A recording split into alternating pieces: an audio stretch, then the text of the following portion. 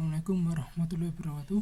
Saya Muhammad Zainal Arif Santoso dari Prodi Sistem Informasi kelas 2020B. Pada kesempatan video kali ini saya akan bahas tentang standarisasi jaringan komputer. Standarisasi adalah merupakan sebuah aturan main atau protokol yang digunakan agar semua hal atau pekerjaan dapat berjalan dengan baik. Pada pembahasan kali ini terbagi menjadi 4 bagian, yakni OSI layer dan TCP layer, perbedaan TCP dengan UDP, network protokol, dan port. Pada pembahasan yang pertama, yakni OSI layer dan TCP layer. Perbedaan dari OSI layer dan TCP layer. OSI layer adalah standar komunikasi yang digunakan dalam suatu jaringan komputer.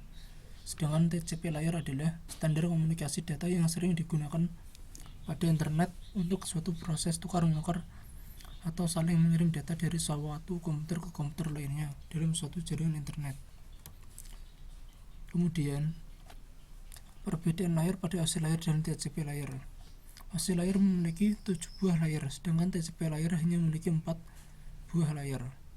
TCP layer merupakan protokol yang bersifat spesifik, jadi jumlahnya lebih banyak daripada TCP layer.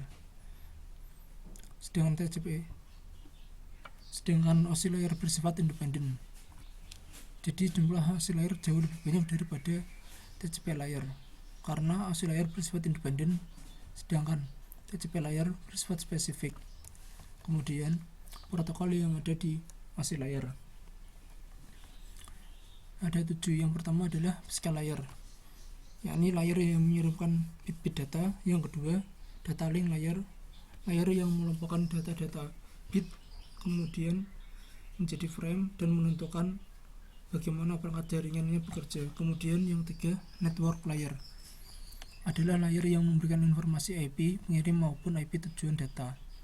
Yang keempat, transport layer, yakni layer yang berfungsi menyusun paket data dan menentukan protokol untuk transmisi data. Kemudian yang kelima, layer yang mendefinisikan koneksi dibuat, dipelihara, dan dihancurkan, yakni session layer. Kemudian yang keenam, presentation layer adalah layer yang bekerja untuk mentranslatasikan format data serta mengenkripsi atau mendeskripsi data. Yang terakhir adalah aplikasi layer, adalah layer yang berinteraksi antara muka end user dengan aplikasi yang bekerja. Kemudian ini adalah gambar dari fungsi layer-layer yang ada di sini beserta contohnya. Seperti contoh dari physical layer adalah kabel, hub, dan contoh dari application layer adalah SMTP. Kemudian pada pembahasan yang kedua, yakni perbedaan TCP dengan UDP.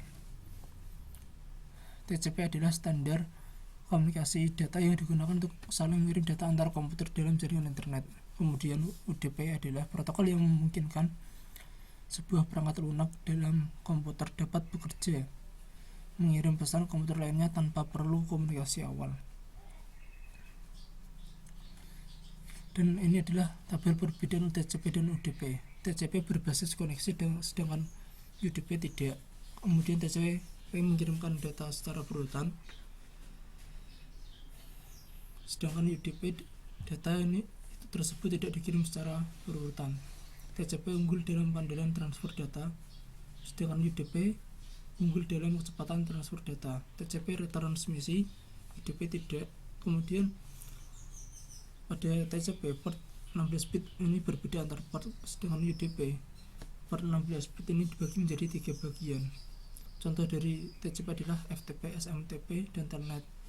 Sedangkan contoh dari UDP adalah DNS, SNMP, SUN, RPC, dan TFTP. Penjelasan pada contoh ini akan dijelaskan pada bagian yang keempat, yakni maksud saya pada bagian yang ketiga, yakni network protokol. Kemudian pada bagian yang ketiga, yakni network protokol. Network protokol ini terbagi menjadi 15. Yang pertama adalah SLIP atau Serial Line Internet Protocol, adalah protokol pemindahan data IP melalui saluran telepon. Kemudian Telnet atau Telecommunication Network adalah protokol jaringan yang digunakan di local area network. Kemudian SMTP atau Simple Mail Transfer Protocol adalah protokol untuk mempermudah dalam pengiriman email. Kemudian File Transfer Protocol atau FTP adalah protokol untuk transferan file komputer antar mesin pada internet network. Kemudian HTTP atau Hypertext Transfer Protocol adalah protokol yang digunakan dalam World Wide Web untuk komunikasi antar komputer klien dengan server. Kemudian SSL atau Secure Socket Layer adalah protokol yang digunakan untuk enkripsi web dan aplikasi yang memerlukan jaringan enkripsi end-to-end. Kemudian yang kedua, pada layer yang kedua yakni point-to-point protokol adalah protokol enkapsulasi paket jaringan yang sering digunakan pada wide area network. Kemudian lightweight directory access protokol adalah protokol yang memungkinkan semua orang mencari resource baik organisasi ataupun perorangan. Dan SNMP atau Simple Network Monitoring Protocol adalah protokol yang digunakan untuk memonitoring device pada jaringan.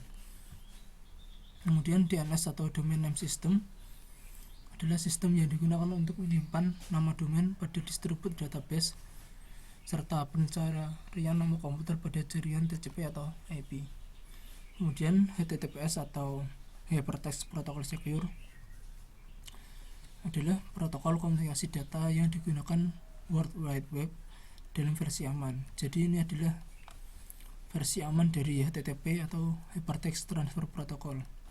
Kemudian adalah Secure Shell, ada protokol yang digunakan untuk menukar data secara aman antar dua komputer.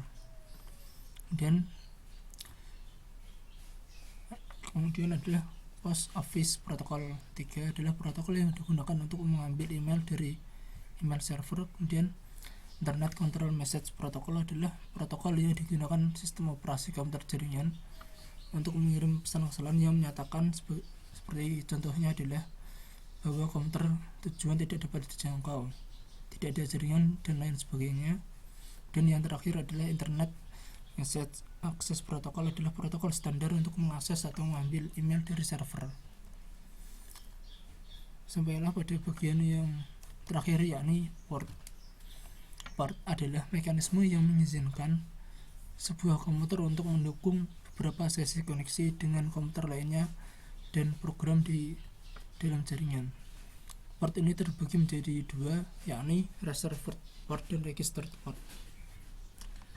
Reserved port adalah port yang memiliki range antara 0 sampai 1023, merupakan port standar atau port umum yang sudah ditetapkan atau reserved oleh IANA, Internet Access Number Authority, dan port ini hanya dapat diakses oleh sistem akun atau root akun. Kemudian yang kedua adalah registered port. Port ini memiliki range antara 1024 sampai 49151. Port ini dapat diakses oleh program dengan program aplikasi yang digunakan oleh user akun biasa. Jadi tidak perlu root akun untuk menggunakan port ini. Mohon maaf apabila ada salah kata atau penjelasan saya kurang jelas. Terima kasih telah menonton video saya. Sekian, wassalamualaikum warahmatullahi wabarakatuh.